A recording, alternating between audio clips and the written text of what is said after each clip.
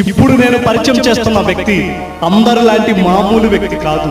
అతడు పడ్డ కష్టాలు అన్నీ ఇన్ని కాదు. అతను కాచిన కన్నీరు చాలా విలువైనది.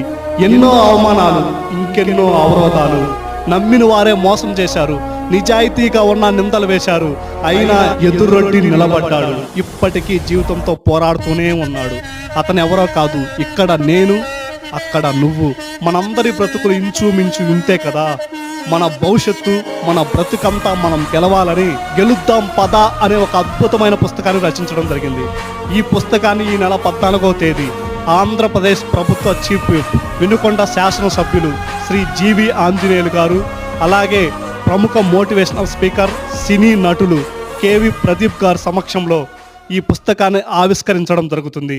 ఇంతగా సపోర్ట్ చేస్తున్న ప్రతి ఒక్కరికి పేరు పేరున నా హృదయపూర్వక ధన్యవాదాలు. That's it. Thank you.